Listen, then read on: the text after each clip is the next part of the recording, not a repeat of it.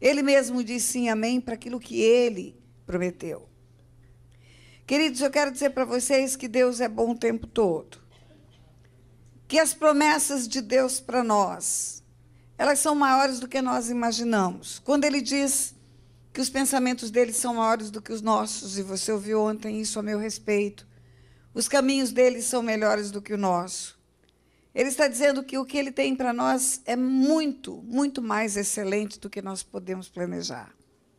Quando você escutou aquela história ontem, eu era tudo de ruim. Havia em mim rancor, ressentimento, ódio, vontade de matar, rebelião. A pessoa rebelde, ela não tem nenhum senso de submissão a ninguém. E Deus me amou, Ele proveu que alguém fosse lá falar do amor dele para mim. Ele me amou quando você não teria coragem de me levar para sua casa.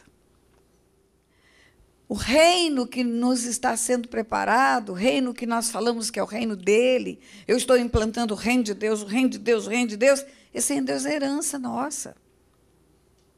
Jesus vai nos dizer, vinde benditos do meu Pai, para o reino que vos está preparado desde antes da fundação do mundo, para nós. Somos filhos. E o Pai deu também um certificado de vida eterna para nós. Em Apocalipse 21:7 está escrito assim, o vencedor herdará todas estas coisas. Eu lhe serei Deus e ele me será filho. Eu estou dizendo, a vontade do Pai é soberana, ela pode acontecer de qualquer maneira.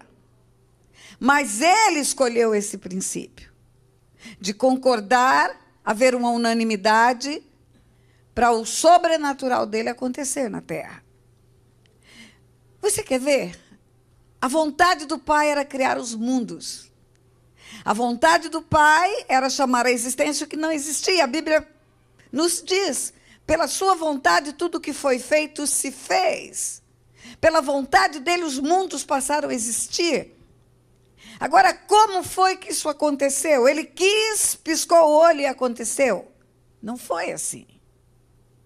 A Bíblia fala que o Espírito de Deus pairava sobre a face das águas. E o homem constrói uma torre chamada Torre de Babel, exaltado entre os povos, aquele povo daquela região queria ser como Deus. Novamente, síndrome de Lúcifer. Lúcifer queria ser como Deus, agora aqueles homens queriam ser como Deus. Sabe o que está escrito? Agora, homens, escute o que eu vou dizer para vocês. No mesmo texto bíblico de Pedro, depois que fala para as mulheres serem submissas ao marido em tudo, igual os servos ao Senhor, para elas ganharem o marido delas, ganharem o respeito, ganharem a admiração, ganharem a proteção, ganharem a salvação deles. Porque eu falo que é por inteiro a promessa de Deus. Porque a Bíblia diz, crê no Senhor Jesus, será salvo tu e a tua casa. E também diz, buscai primeiro o reino de Deus e a sua justiça.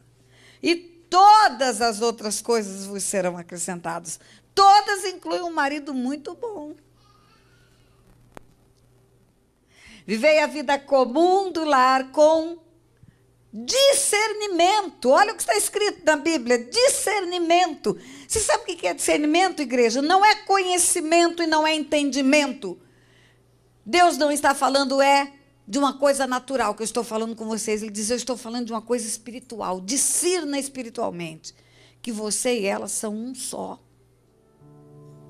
Às vezes nós estamos preocupados com o adultério de alguém, com o homicídio de alguém, com o roubo de alguém, achando que a nossa rebelião não é pecado. Oh, Pai, ajuda-nos a ver a nossa vida do jeito que ela é. Obrigada pela disciplina em amor que o Senhor nos dá. Pelo ensino amoroso que o Senhor nos dá, Pai.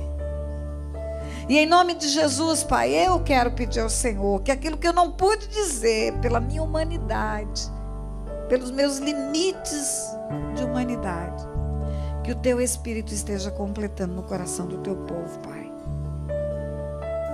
Para que esse povo tenha a sabedoria do alto.